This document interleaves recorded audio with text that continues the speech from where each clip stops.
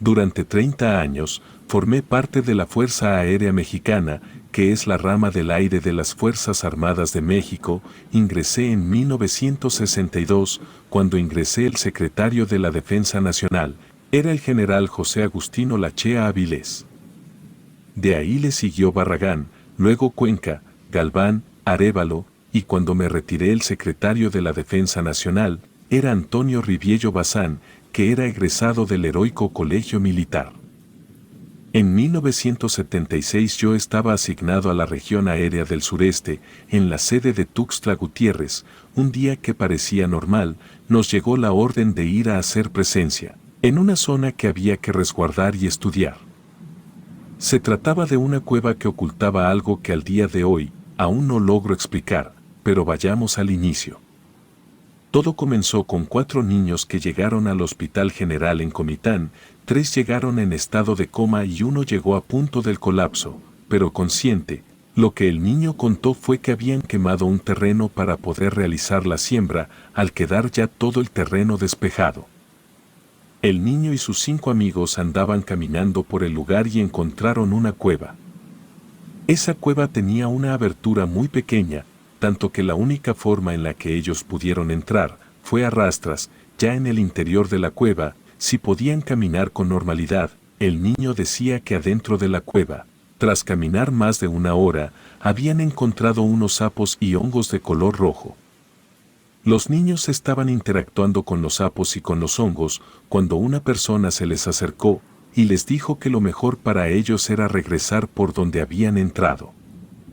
Eso asustó a los niños, porque ellos muy apenas habían conseguido entrar a rastras. Un adulto no cabía en la pequeña entrada por la que ellos habían ingresado. Por lo tanto, contaba el niño, que ellos pensaron que esa persona debía vivir dentro de la cueva.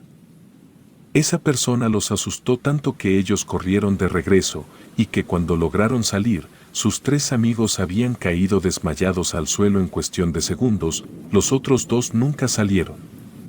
El niño siguió hablando y contestando preguntas por horas, hasta que también quedó en estado de coma. Los 4 niños hospitalizados murieron. Yo no entendía qué teníamos que ver nosotros, Fuerza Aérea, con unos niños muertos por culpa de unos sapos rojos. Cuando arribamos a Comitán, descubrí que no solo nosotros habíamos sido requeridos, también estaba el ejército, y la policía recorría las calles para que nadie se acercara al lugar. El anillo de seguridad era de 8 kilómetros. Al lugar habían llegado investigadores, enviados desde la Ciudad de México. Se hicieron análisis con aparatos de la más alta tecnología, de aquellos años obviamente, y los primeros resultados arrojados indicaban que había vetas masivas de oro. Eso, aunque sonaba improbable, no explicaba el hecho de que los niños hubieran caído en estado de coma para posteriormente morir. La zona era un caos. Nosotros hicimos análisis desde el aire, aparte de ayudar con la logística, pero poco podíamos hacer, porque no había comunicación entre los involucrados. Cada quien estaba en lo suyo y nadie compartía su información con los demás. Yo pienso que el gobierno era el más interesado en que nadie supiera exactamente qué estaba ocurriendo.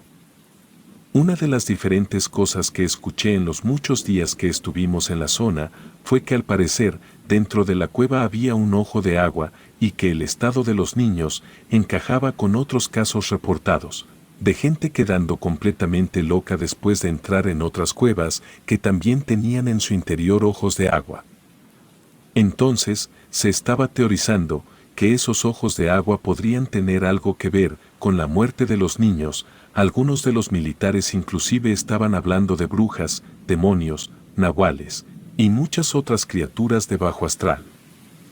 También se estaba hablando de la posibilidad que dentro de la cueva hubiera uranio.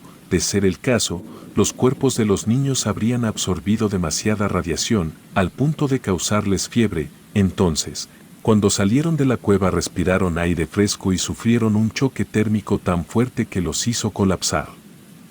Todo era muy interesante, pero lo que yo no entendía era por qué estábamos involucrados tantos. No se malentienda, pero la muerte de 4 niños y la desaparición de otros 2 no es motivo suficiente para invertir tantos recursos.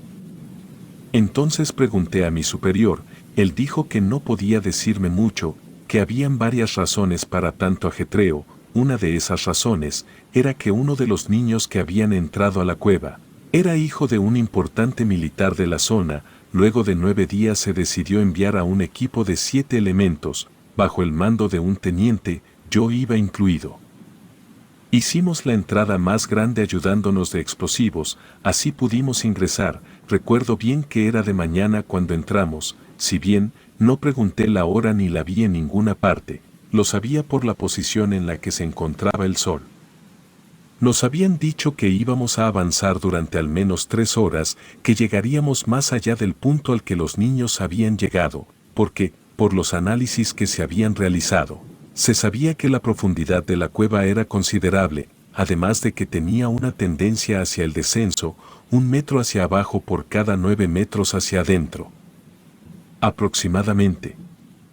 Nuestro objetivo no era obtener muestras de nada, lo que nosotros debíamos hacer era recorrer el lugar y en caso de que encontráramos a los niños, extraerlos, no importaba si estaban vivos o muertos. Íbamos equipados con mascarillas antigas, lentes de visión nocturna, un aparato que detectaba los niveles de radiación y por supuesto, armas y municiones para hacer pedazos a cualquier hostil que se nos atravesara. Avanzamos, siempre de forma sigilosa y teniendo mucho cuidado de no hacer contacto con los laterales ni con el techo de la cueva, por 2 motivos. El primero era para reducir al mínimo la posibilidad de un derrumbe, y el segundo era para evitar el contacto con las posibles toxinas que tentativamente habían causado la muerte de los niños. Tras avanzar 2 kilómetros, hicimos contacto visual con pequeños brotes de los hongos rojos que el niño había mencionado.